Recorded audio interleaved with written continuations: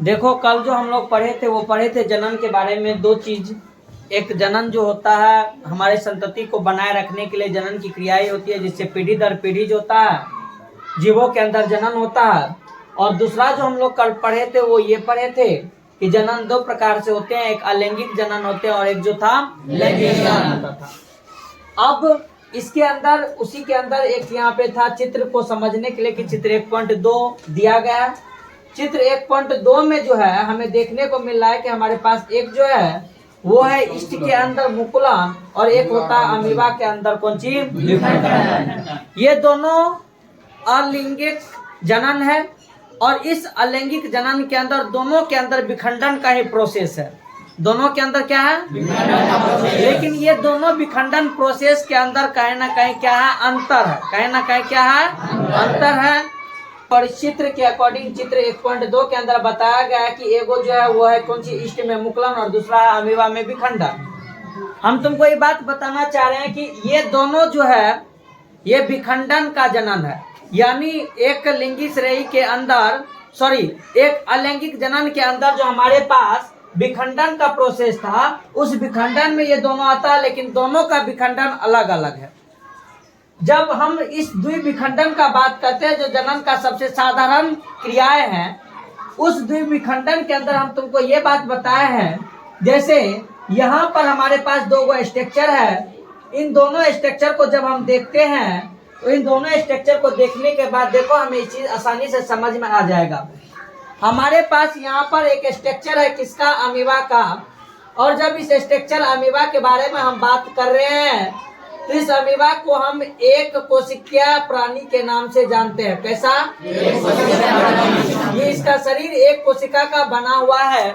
इस एक कोशिकाएं शरीर के अंदर बीच में हमारे पास केंद्रक है और इस एक कोशिकाएं प्राणी के अंदर ये जो निकला हुआ भाग तुमको दिख रहा है हम इसको किसके नाम से जानते हैं? सुडोपोडिया के नाम से जानते हैं। किसके नाम से?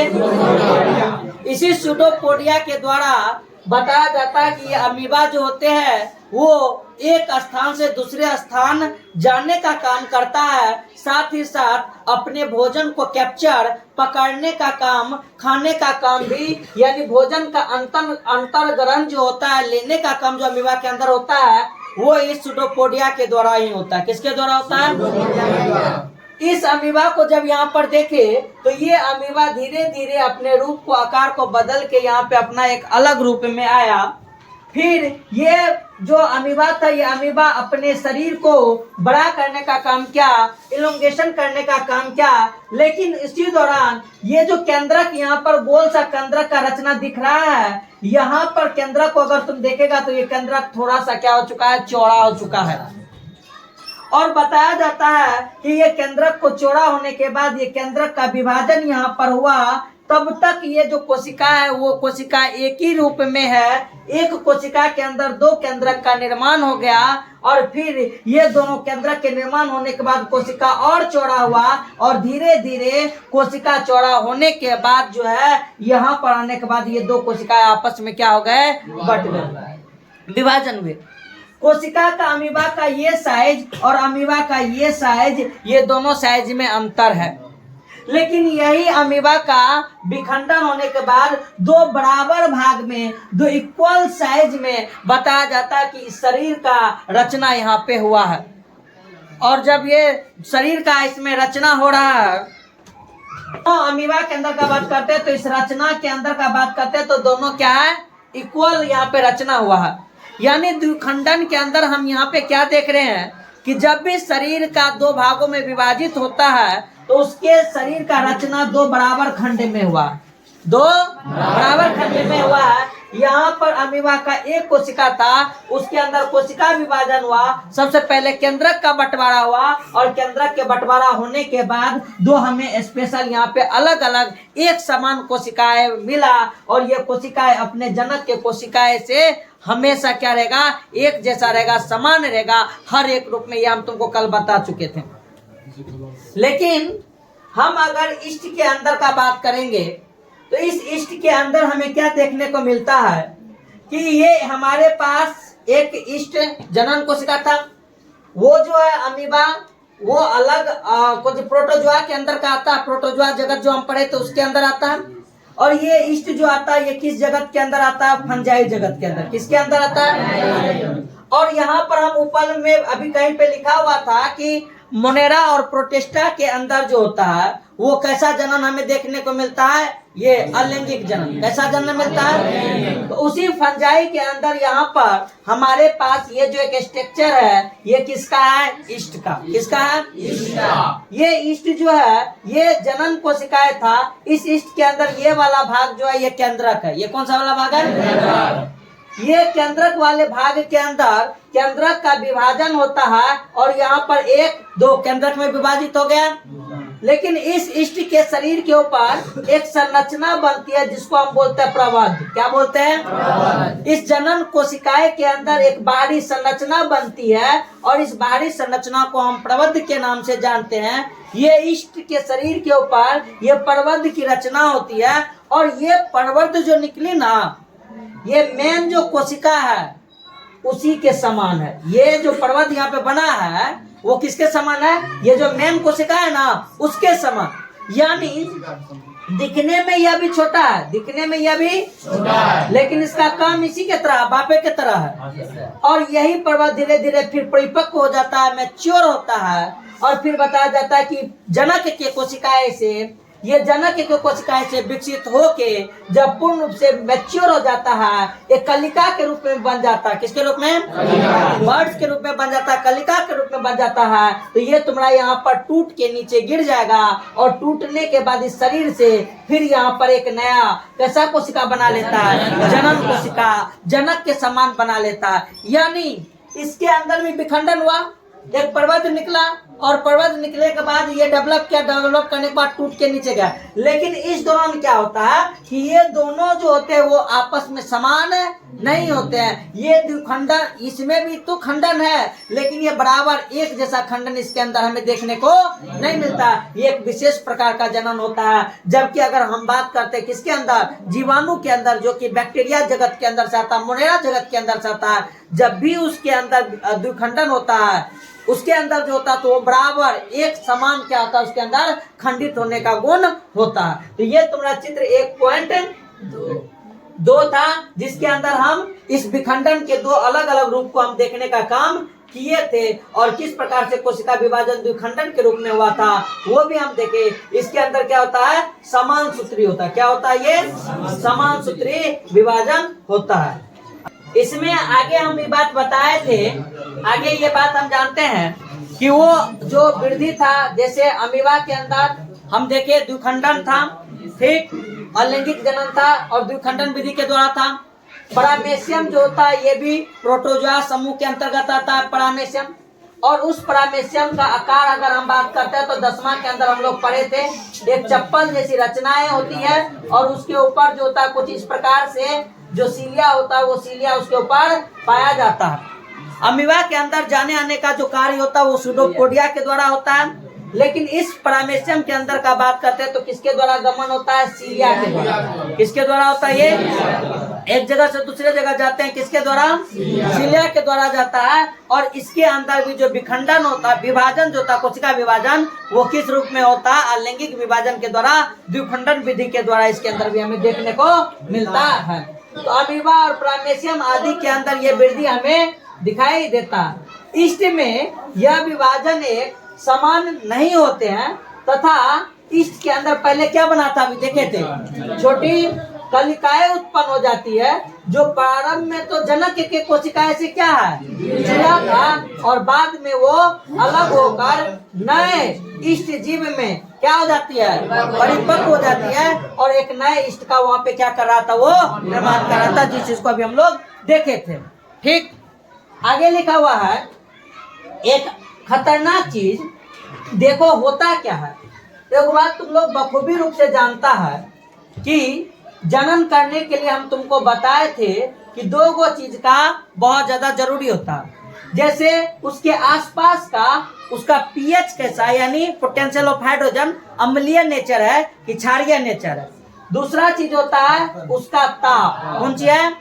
यानी किस टेम्परेचर पे वो बेहतर जनन करने की एबिलिटी उसके अंदर होती है और ताप का जरूरत होता है, और खास करके उसका जो एरिया होना चाहिए वो क्या होना चाहिए, अनुकूल होना चाहिए। क्या होना चाहिए, क्या होना चाहिए, अनुकूल होना चाहिए। अब उस अनुकूल होने के लिए बताया जाता है क्या कि विषम परिस्थिति में, यानी वो अनुकूल समय नहीं है, वो अनुकूल समय नहीं है, तो उस अनुकूल समय में विषम परिस्थिति में जब पीएच और तापमान उसके अकॉर्डिंग ना रहे, तो उस विषम परिस्थिति के अंदर मान लो कि हमारे पास ये बैक्टीरिया है या ईस्ट है, ये क्या करता है, ये अपने ऊपर एक रचना बनाता है जिसको हम सिस्ट कहते हैं। किसके नाम से जानते हैं, वो सिस्ट का एक रचना बना लेता है, त्रिस्तरीय एक रचना होते हैं। और क्या बताया जाता है कि जो विषम परिस्थिति में इस कोशिका को संरक्षण करने का काम करता है, सुरक्षा प्रदान करने का काम करता है, वो उसका कवच कुंडल होता है। वो कवच कुंडल ये कहता है कि देख, अंदर में कुछ भी होने दो, बाहर से हमें कोई मतलब नहीं है। और समय समय पर ये इसके अंदर वही विभाजन, क्योंकि हम तुमको कल ही बताए थे कि एक कोशिका के जीव के अंदर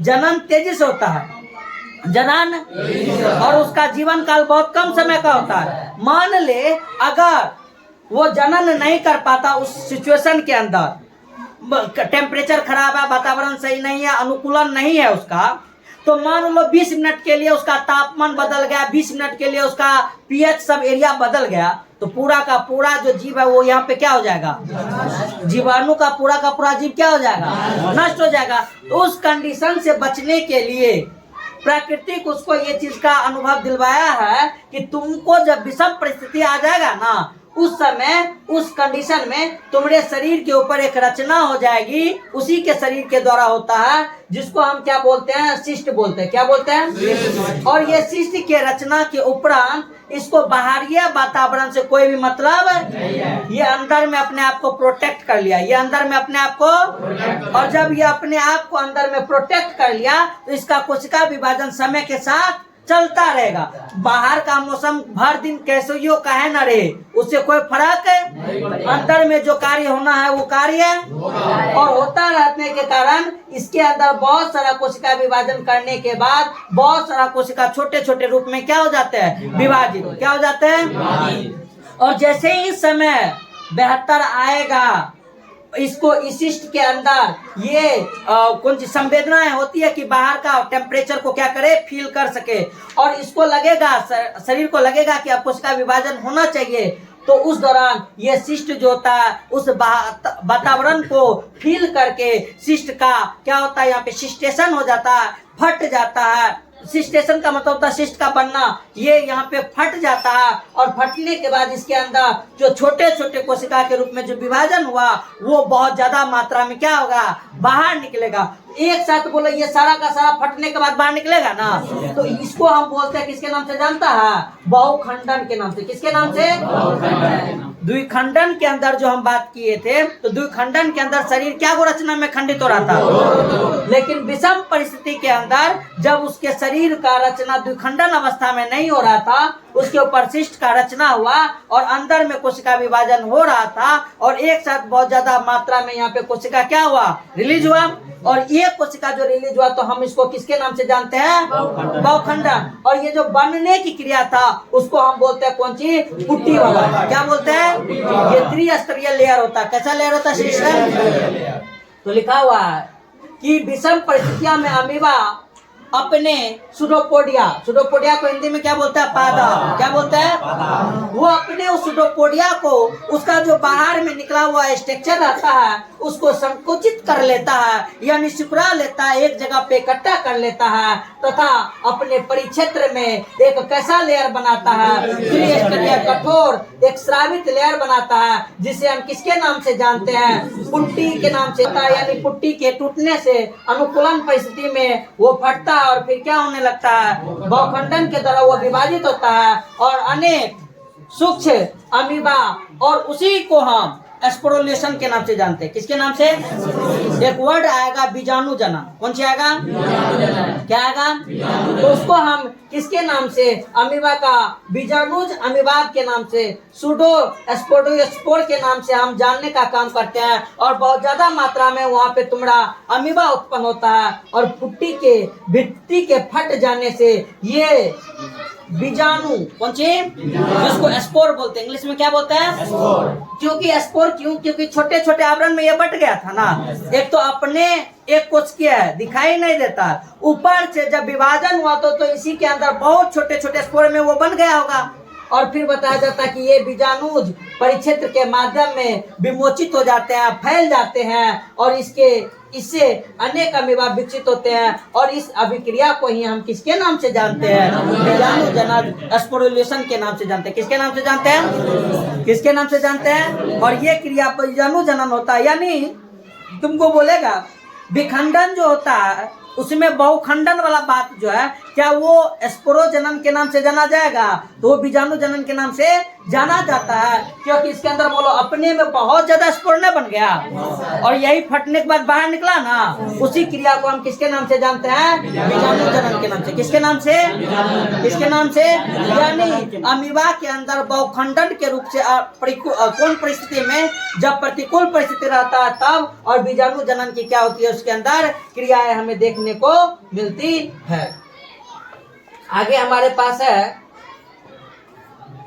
कि फंजाई जगत के सदस्य, फंजाई जगत के सदस्य तथा साधारण पादप नॉर्मल कंडीशन का, जो जैसे कि शैवाल एक विशेष अलैंगिक जननीय संरचनाओं के द्वारा क्या करता है? जनन करता है। किसके द्वारा बोला गया है? ये फंजाई जगत जो है, फंजाई जगत और साथ ही साथ साधारण पादप, पादप जगत के अंदर साधारण पादप और फंजाई जगत के जो सदस्य है, तो फंजाई जगत का सदस्य जैसे अभी जो हम तुमको बोले, ठीक, मशरूम सब होता है। कौन सी होता है? मशरूम सब जो होता है वो इसके अंदर आता है। पेनिसिलिन सब जो होता है वो फंजाई जगत के अंदर आता है।